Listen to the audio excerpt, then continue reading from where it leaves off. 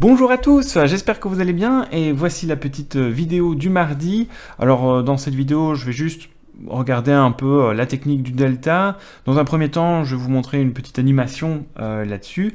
Et puis dans un deuxième temps, on va reparcourir différentes équations où on utilise delta.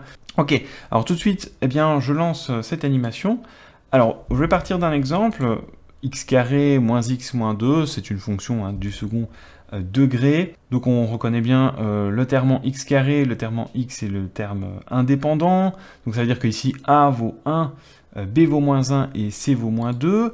Et donc dans un deuxième temps, je vais mettre en évidence ce a, ce b et ce c. Je vais même d'ailleurs les colorier pour qu'on les voit un peu mieux. Le a vaut 1, le b vaut moins 1 et le c vaut moins 2. Évidemment, cette équation, elle a un graphique que j'ai représenté ici sur la droite.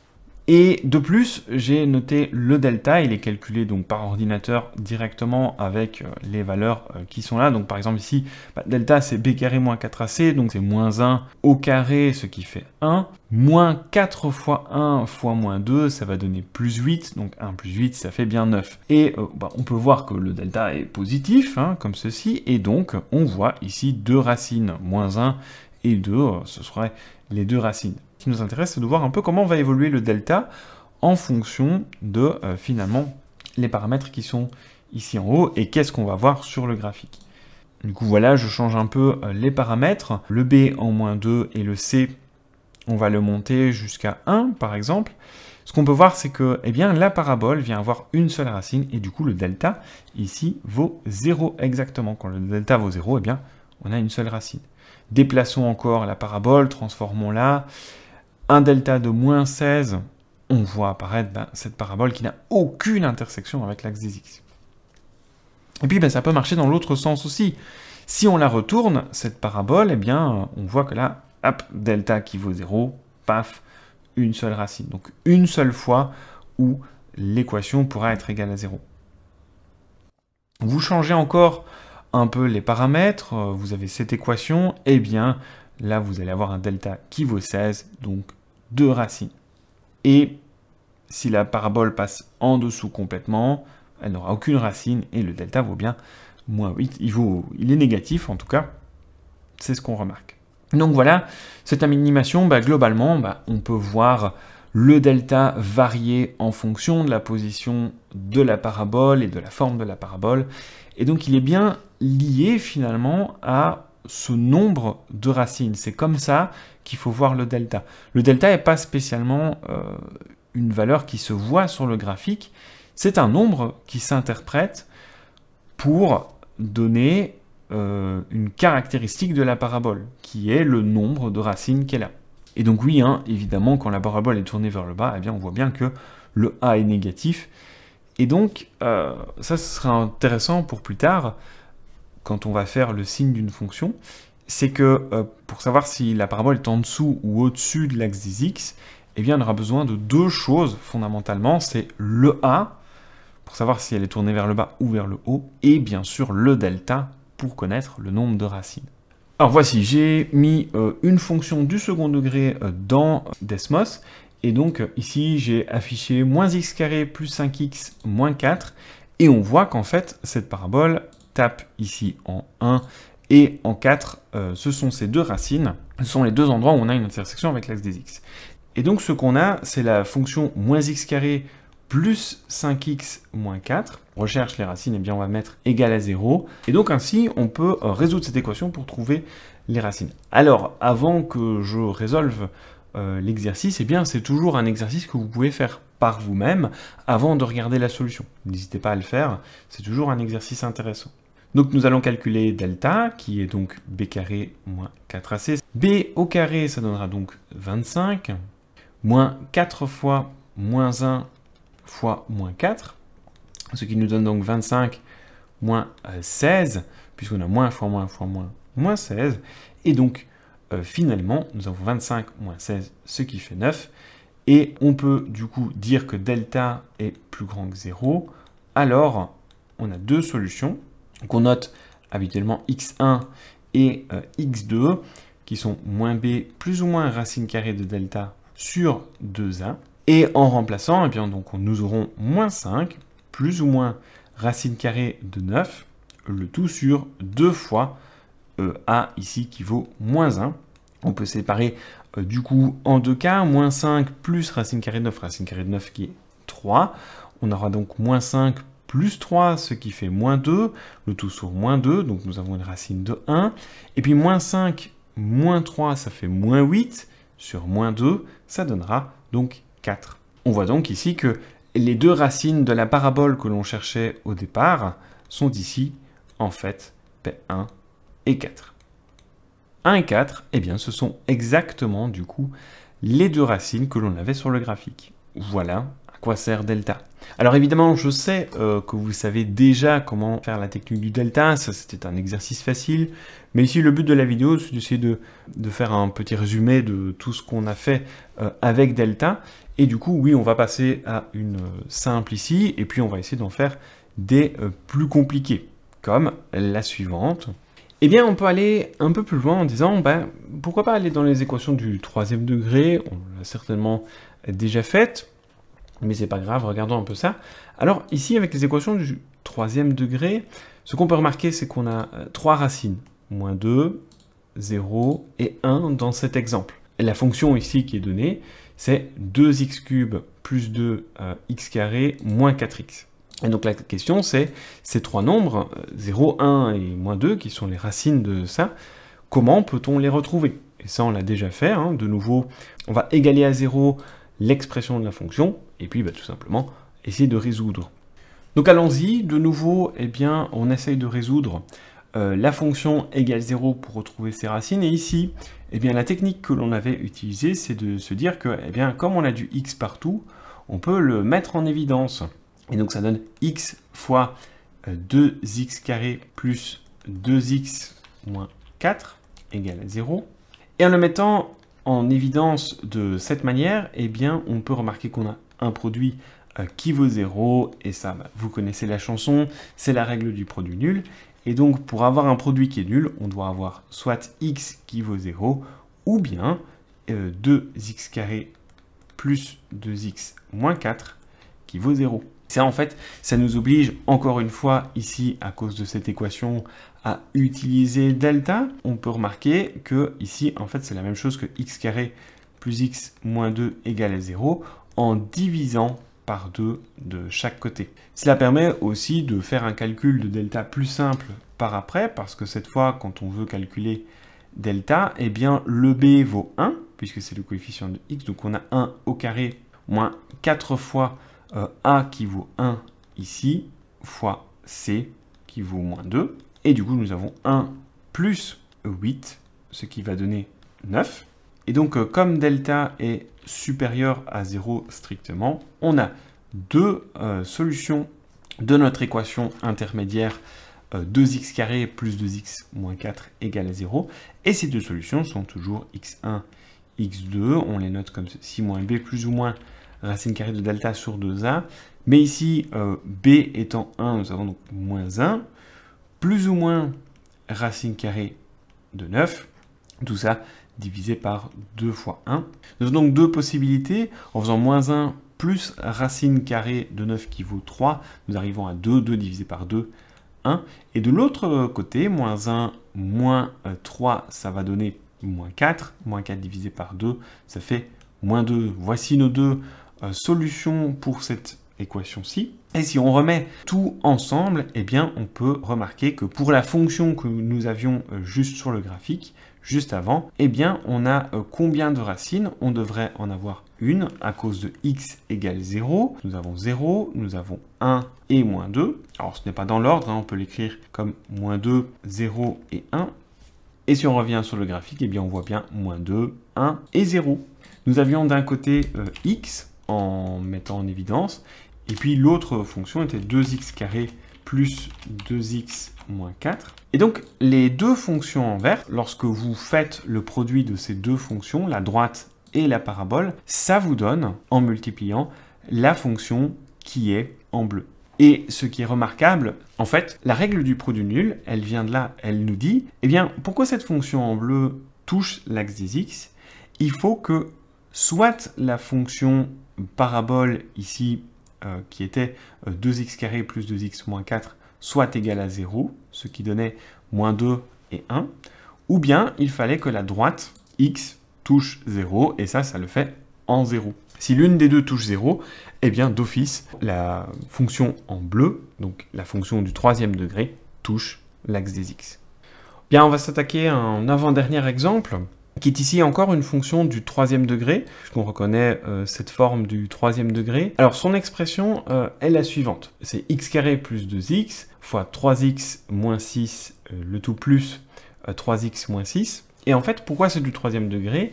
Si vous distribuez les premières parenthèses, eh bien vous vous rendrez compte que vous allez faire x carré fois 3x, et ça va donner du 3x cube, et donc une fonction du troisième degré. Notre intérêt ici n'est pas de distribuer, hein, mais de nouveau, on veut juste du coup savoir quels sont les endroits où on a une intersection avec l'axe des x, c'est-à-dire ici en moins 1 et en 2. Comment peut-on les retrouver?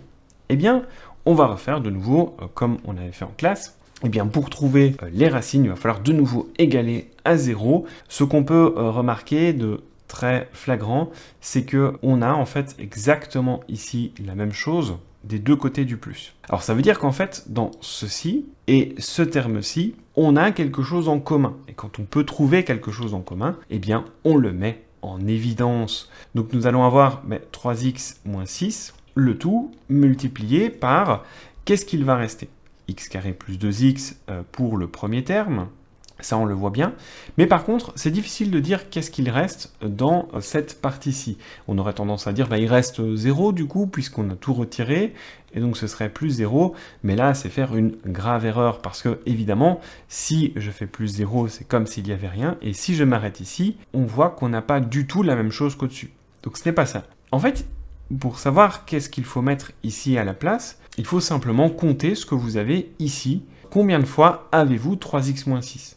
Vous l'avez une fois. Vous le trouvez une fois. Et donc, comme vous le trouvez une fois, c'est par plus 1 qu'on remplace. Et là, on voit bien que si on distribue 3x moins 6 sur x carré plus 2x, on retrouve ce terme-ci.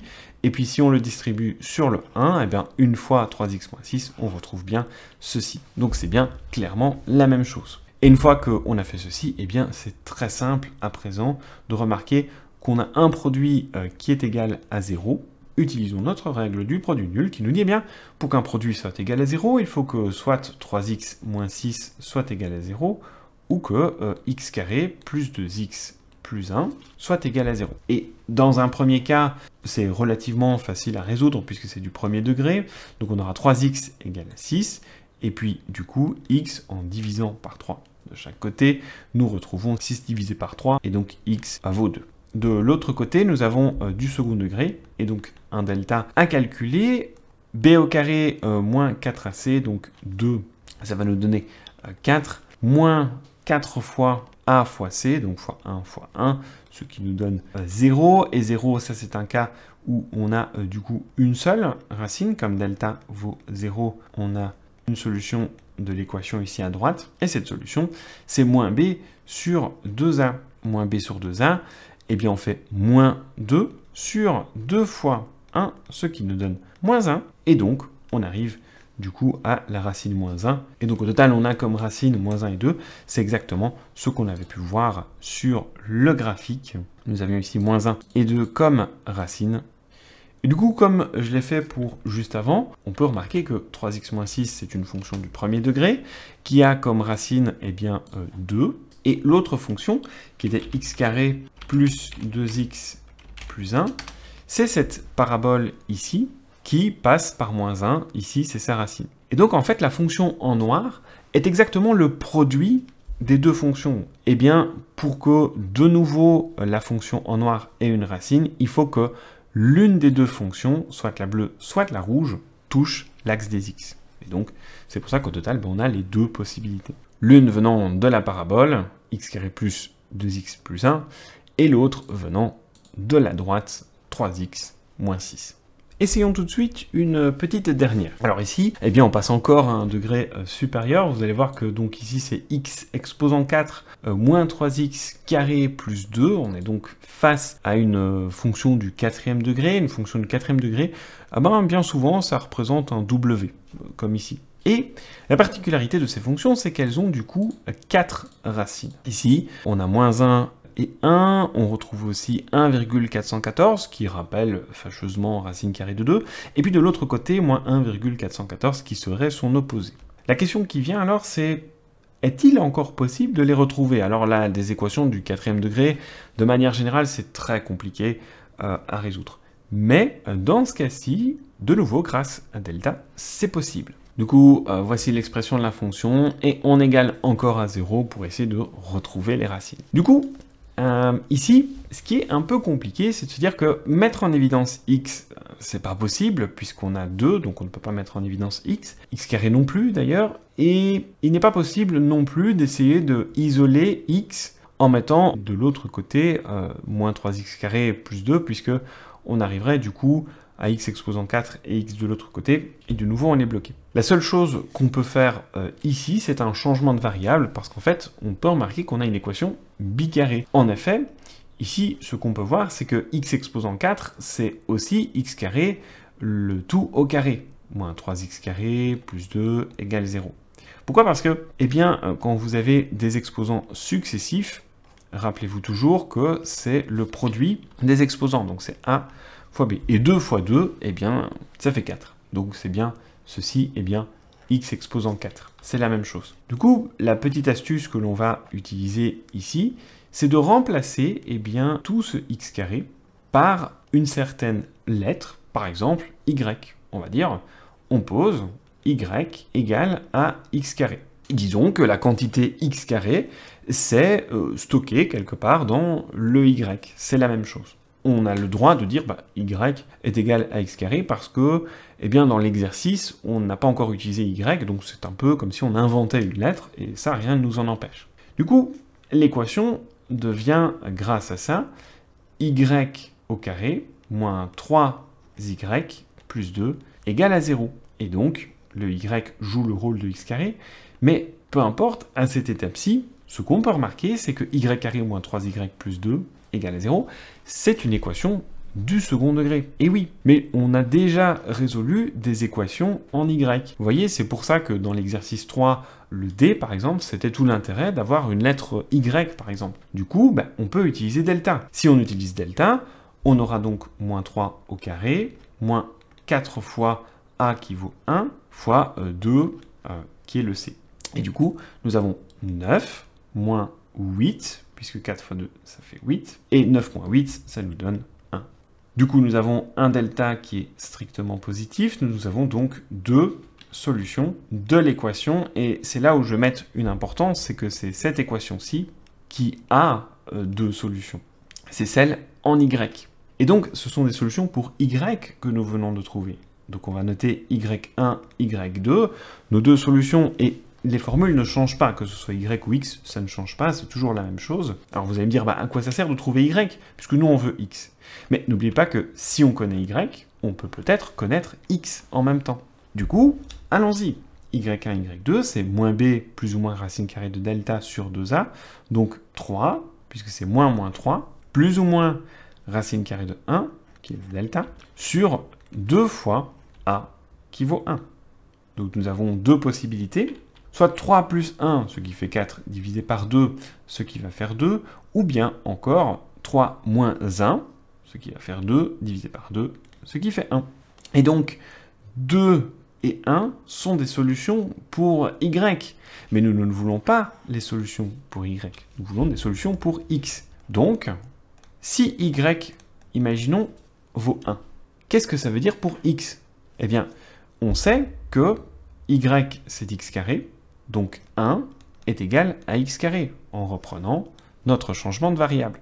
Du coup, eh bien, si 1 est égal à x carré, dans ce cas-là, x pourrait valoir plusieurs valeurs. Si x, ça, vous avez l'habitude de résoudre ce genre d'équation, vous avez donc x qui est égal à 1, ou x est égal à moins 1. Dans ces deux cas, que x vaille 1 ou x vaille moins 1, eh bien vous aurez, en le mettant au carré, y qui vaut 1. Et comme en mettant au carré vous obtenez 1, ça veut dire que vous avez une solution de cette équation. Mais cette équation étant la même que celle-ci, eh bien les x que vous obtenez ici pour 1 et moins 1 sont des solutions de cette équation, donc l'équation de départ. Mais c'est pas tout, en effet, puisque vous pouvez avoir aussi, si y vaut 2, c'est l'autre possibilité pour y, eh bien c'est que 2, la valeur de y, c'est x carré.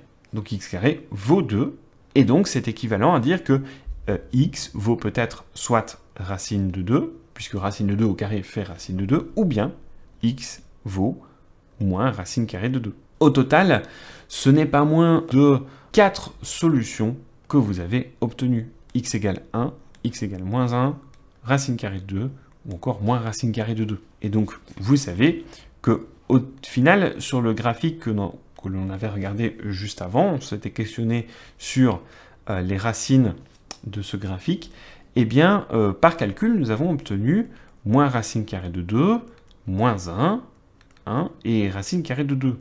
Sachant que racine carrée de 2 est environ 1,414, eh bien, on vient de trouver par calcul exactement toutes les racines qui étaient sur le graphique.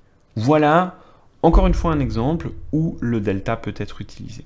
Voilà, j'espère que c'était compréhensible. N'hésitez pas à me poser des questions s'il y a un endroit où c'était pas clair. Et sinon, du coup, on se retrouve la prochaine fois. À bientôt à tous, bonne journée!